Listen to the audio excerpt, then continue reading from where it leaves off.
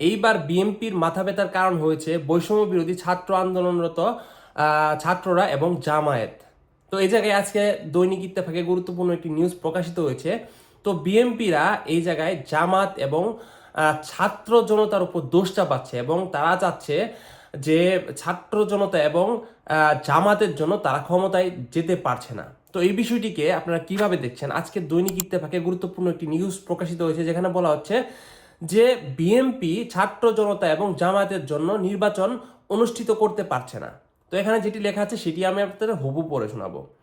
গত জুলাই মাসে বৈষম্য বিরোধী ছাত্র আন্দোলন চলাকালে গত 5 আগস্ট শেখ হাসিনা সরকারের পতন হয়। এরপর অধ্যাপক মোহাম্মদ ইউনূসের নেতৃত্বে অন্তর্বর্তী সরকার গঠিত হয়। এমন পরিস্থিতি বাংলাদেশের রাজনীতিতে নতুন সমীকরণ ইঙ্গিত পাওয়া যাচ্ছে। রাজনীতিতে আওয়ামী লীগবিহীন মাঠে সামনে দিনগুলোতে নতুন হিসেব নিকেশ আসতে তাতে কোনো সন্দেহ নেই। এই মুহূর্তে বাংলাদেশের রাজনীতিতে প্রধান দুটো শক্তি বিএনপি এবং তাদের এক সময়কার রাজনৈতিক মিত্র জামাতে ইসলামী। অন্যদিকে বৈষম্য বিরোধী ছাত্র আন্দোলন কোনো রাজনৈতিক দল না হলেও রাজনীতির মাঠে তাদের প্রভাব অন্যদের চেয়ে কিন্তু কম নয় কোনোভাবে।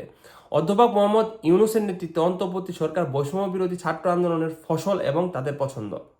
বিএনপি মহাসচিব মির্জা ফখরুল ইসলাম আলমগীর ইতিমধ্যে যেসব বক্তব্য দিয়েছেন তাতে তিনি দৃশ্যত বলেছেন জামায়াত ইসলামী এবং বৈষম্য বিরোধী ছাত্র আন্দোলনের অনেক চিন্তাধারার সঙ্গে তারা একমত হতে পারছেন না। প্রথম বিষয়টি হচ্ছে নির্বাচন বিএনপি মনে করে অতি দ্রুত কিংবা যৌক্তিক সময় নির্বাচন দাবি করেছে। অন্যদিকে নির্বাচন নিয়ে জামায়াত ইসলামীর কোনো তাড়াহুড়া লক্ষ্য করা যাচ্ছে না। মানে জামাত এবং ইসলামী যে শিবির যে দলগুলো রয়েছে তারা কিন্তু এই যে নির্বাচন এটি নিয়ে কিন্তু এত তাড়াহুড়া করছে না, তারা ধীরে সুস্থিরে আগাচ্ছে। কিন্তু বিএনপি এই জায়গায় চাচ্ছে খুব দ্রুত নির্বাচন দিতে।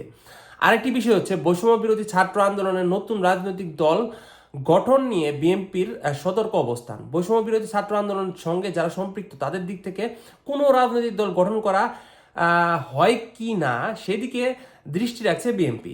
মানে বিএনপি চাচ্ছে না যে বৈষম্য বিরোধী ছাত্র আন্দোলন যারা জড়িত তারা কোনো দল গঠন করুক। যদি দল গঠন করে তাহলে কিন্তু বিএনপির এই জায়গায় ভবিষ্যতে ক্ষমতায় আসা নিয়ে খুব বড় একটা সমস্যার সম্মুখীন হতে পারে।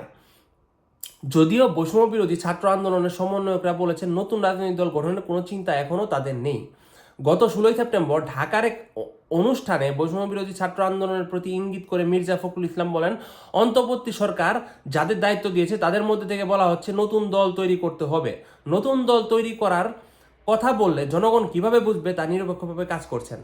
মানে এই জায়গায় তিনি বোঝাতে চাচ্ছেন যদি বৈষম্য বিরোধী ছাত্র আন্দোলনরত ছাত্ররা যদি দলই গ্রহণ করে তাহলে এই জায়গায় তাদের স্বার্থ অবশ্যই থাকলো, তারা নিঃস্বার্থভাবে দেশের জন্য কাজ করলো না।